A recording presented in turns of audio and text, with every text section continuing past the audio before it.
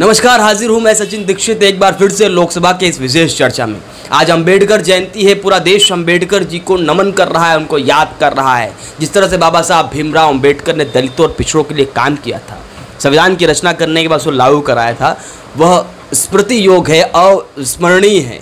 पूरा देश उसे याद कर रहा है। आज हमारे साथ उपस्थित हैं भाईंदर के नगर सेवक, सभागार नेता मदन सिंह। आइए हम उनसे बातचीत करेंगे कि आखिर आज इस लोकसभा के चुनाव के चलते और अंबेडकर जयंती को लेकर उनके विचार क्या हैं। जी नमस्कार। मदन जी, होता क्या है कि कई बार, पहली बात तो मैं प्रश्न कर लेता हूं अंबेडकर जयंती पर कि आज अंबेडकर जयंती है, पूरा देश उन्हें नमन कर रहा है, श्रद्धा सुमन अर्पित कर रहा है। आपका क्या कहना है इस पर? मैं आज अंबेडकर जयंती के अवसर पर अंबेडकर जी को नमन करता हूं, सादर प्रणाम करता हूं कि अंबेडकर जी ऐसे व्यक्ति हैं कि जिन्होंने गरीबी में से बिना किसी साधन के, सभी अभाव के वो बैरिस्टर बने और देश के एक ऐसे नेता बने कि जिन्होंने संविधान, देश का संविधान बनाने में उनकी प्रमुख भूमिका रही। और उन्होंने अभाव से प्रभाव तक जाने के बाद भी जो देश के पिछड़े और दलित लोग थे उनके लिए काम किया, उनको बराबर हक देने के लिए, समान न्याय दिलाने के लिए उन्होंने आजीवन संघर्ष किया। और उनके संघर्ष और उनके नियमों के आधार पर चल के ही आज पिछड़ों और दलितों को लोगों के बराबर समान न्याय मिला है। इसके लिए वो पूजनीय हैं, उनको हम नमन करते हैं। जी, अब मेरा सीधा सवाल लोकसभा चुनाव पर, क्या कहना है आपका? लोकसभा चुनाव में शिवसेना और भाजपा एक है और उसके प्रत्याशी आपके क्षेत्र में घूम रहे हैं, वोट मांग रहे हैं।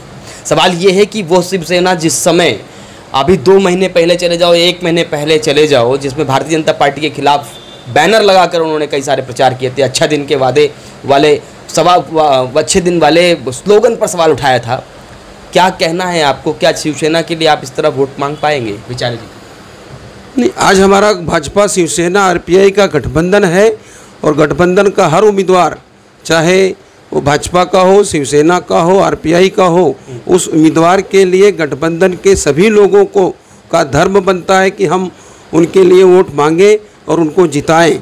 उसी तरह हमारे यहाँ के ठाणे लोकसभा के जो प्रत्याशी शिवसेना के उम्मीदवार राजन विचारे जी हैं, वो हमारी भाजपा शिवसेना आरपीआई युति के उम्मीदवार हैं, अच्छे उम्मीदवार हैं।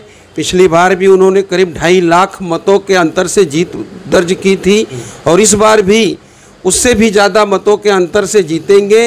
और आज हम गठबंधन धर्म का पालन करने के लिए और मोदी जी को फिर से प्रधानमंत्री बनाने के लिए राजन विचारे जी का प्रचार जोर शोर से कर रहे हैं, करेंगे और उनको जिताएंगे। चलिए, ठीक बात लगी, जिताएंगे। लेकिन एक बात बताइए, पिछले कार्यकाल में राजन विचारे ने ऐसे कौन से काम किए थे जिसको याद करके आपको लगता है कि इस नाते भी उन्हें वोट देना चाहिए?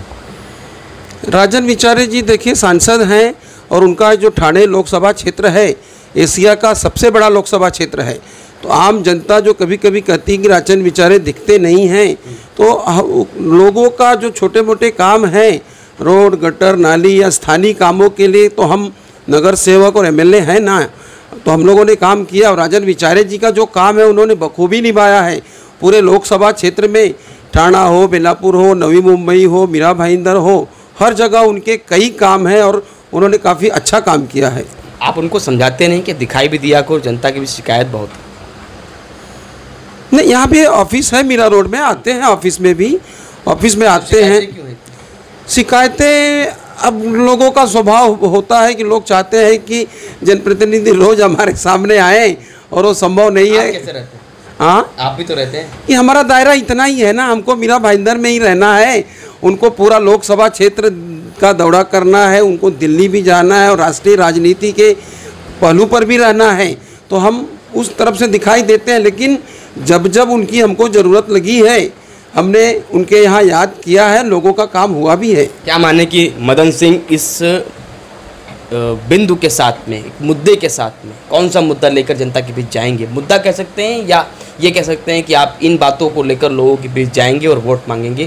क्या ये कहकर वोट मांगेंगे कि शिवसेना, भाजपा, आरपीआई गठबंधन है इसलिए वोट दे दो, या कुछ और मुद्दे क्या रहेंगे वोट मांगने के? मुद्दे विकास रहेंगे, मुद्दे सबका साथ सबका विकास रहेगा, मुद्दे देश प्रेम और राष्ट्रद्रोह रहेगा। क्या लोगों को राष्ट्रद्रोहियों को वोट देना है जो राष्ट्रद्रोहियों का साथ दे रहे हैं, जो आतंकवादियों का साथ दे रहे हैं, क्या उनको वोट देंगे या राष्ट्रभक्त को वोट देंगे, देशभक्त को वोट देंगे? क्या आप विकास को वोट देंगे या जो विकास को पीछे ले जा रहे हैं, लोगों को मुफ्त में दे करके लोगों को बेरोजगार और लोगों को भुक्तभोगी बना रहे हैं, क्या आप उनको वोट देंगे? आप उनको, विपक्ष को राष्ट्रद्रोही कह रहे हैं, आतंकवादी कह रहे हैं? आतंकवादी और राष्ट्रद्रोही ही नहीं, उनसे भी बढ़ के अगर कोई शब्द है तो मैं ये कहना चाहूँगा, क्योंकि राष्ट्रद्रोही और जो आतंकवादी हैं उनका अगर कोई खुलेआम साथ दे रहा है तो उससे भी बड़ा वो दोषी है।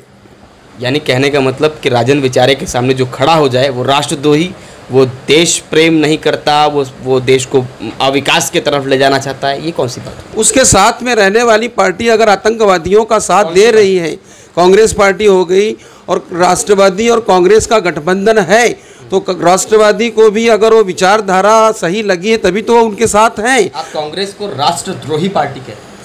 राष्ट्रद्रोही तो है ही, राष्ट्रद्रोही से बढ़ के भी कोई शब्द है तो मैं उनके लिए कहूँगा कि जो लोग घोषणा देते हैं कि भारत तेरे टुकड़े होंगे और हम भारत के 2 टुकड़े करेंगे, हम भारत में 2 प्रधानमंत्री बनाएंगे, अगर कांग्रेस उनका साथ दे रही है तो आप ही बताइए वो राष्ट्रद्रोही नहीं हुए तो क्या हुए? यानी कहने का तात्पर्य सिर्फ इतना है कि जो राष्ट्र के प्रति समर्पित नहीं, उसके प्रति मदन सिंह या आदि नहीं, उसके साथ मदन सिंह ही नहीं, कोई देश की जनता नहीं रहेगी।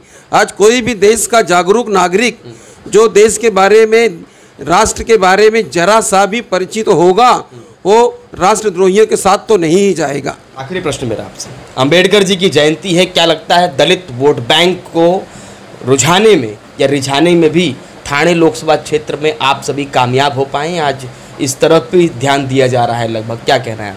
सबसे पहले तो मैं आपसे कहना चाहूँगा कि भाजपा या भाजपा के समर्थित पार्टियां या भाजपा के जो आरएसएस या विश्व हिंदू परिषद जो लोग हैं, इन लोगों ने कभी दलित को वोट बैंक के रूप में स्वीकार ही नहीं किया या उनको वोट बैंक माना ही नहीं है, क्योंकि भाजपा, आरएसएस या विश्व हिंदू परिषद की धारणा है, इनका मानना है कि सभी हिंदू मतलब हिंदुस्तान में रहने वाले और सभी राष्ट्र के लोग समान हैं, न कोई उसमें दलित है, न कोई अगड़ा है, न पिछड़ा है। और मोदी जी की तो सोच ही है सबका साथ सबका विकास, हम सबको साथ में लेकर के चलते हैं, सबको समान दर्जा देना ही भाजपा की विचारधारा है। तो हम सबको साथ सबका विकास के नारे पर और सबको समान दर्जा देने के लिए हम काम कर रहे हैं और मोदी जी ने और भाजपा सरकार ने किया है, तो हमको वोट बैंक के रूप में देखना ही नहीं है। और आप देखे होंगे कि पिछले 5 साल में मोदी जी ने जो बड़ी बड़ी योजनाएं निकाली, वो खास करके जो पिछड़ा वर्ग था, जिन तक सुविधा नहीं पहुंची थी या जो 70 साल से वंचित पिछड़े लोग थे, जो विकास की गति में विकास के साथ नहीं आ पाए थे, उन्हीं को ध्यान में रख करके, उन्हीं को केंद्र बिंदु में रख करके मोदी जी की सभी योजनाएं हैं। जैसे उज्ज्वला योजना, जिन लोगों ने 70 साल में भी जिनके घरों में गैस सिलेंडर नहीं था, उनको गैस सिलेंडर और चूल्हा दिया गया। घर घर में बिजली पहुंचाना, आज 70 साल होने के बावजूद भी कई गाँवों में लोगों ने, कई गांव ऐसे थे तो उस गांव के बच्चों ने बिजली देखी ही नहीं थी। टीवी और मोबाइल तो छोड़ दीजिए, वहाँ बिजली पहुंचाना, उज्ज्वला योजना, बिजली योजना, और ये जो मोदी जी ने बैंक के जनधन योजना निकाली, जनधन योजना में आज तक 70 सालों ने लोगों ने बैंक का मुंह नहीं देखा था। लोग अपने पैसे मटकी में या डब्बे में या किचन में छुपा के रखते थे। तो मोदी जी की जितनी योजनाएं आज तक बनी है, घर घर में शौचालय की योजना, कि जहां विकास नहीं पहुंचा है या जिन लोग समाज के पिछड़े माने जाते थे, पिछड़े इसीलिए माने जाते थे कि उनके पास अगड़ों की सुविधा नहीं थी, तो अगड़ों की सुविधा पिछड़ों तक पहुंचा करके उनको भी अगड़ों की दर्जी में समानता देने का काम किया है, तो मोदी जी ने किया है। और हम लोग सबका साथ सबका विकास के नीति पर काम कर रहे हैं, आगे भी करते रहेंगे। विचारे जी की जीत सुनिश्चित है, कैसा मानते हैं? विचारे जी पिछली चुनाव में 2.5 लाख मतों से जीते थे और इस बार 2.5 लाख से भी ज़्यादा मतों से जीतेंगे और मोदी जी को प्रधानमंत्री बनाएंगे। लगभग सारी बातें हुई। सारी बातों में एक बात तो साफ है कि मदन सिंह ने कांग्रेस को जिस शब्दों से पुकारा है, वो शब्द कांग्रेस सुनने के बाद में या कांग्रेस से संबंधित पार्टियां सुनने के बाद उनके विचार क्या होंगे, ये देखने वाली बात होगी। आज के लिए इतना ही, लेकिन एक बात और स्पष्ट हो गई कि बेचारे 2.5 लाख से अधिक वोटों से फिर से जीतेंगे, जितना पहले मिला था उससे अधिक। ये विश्वास है।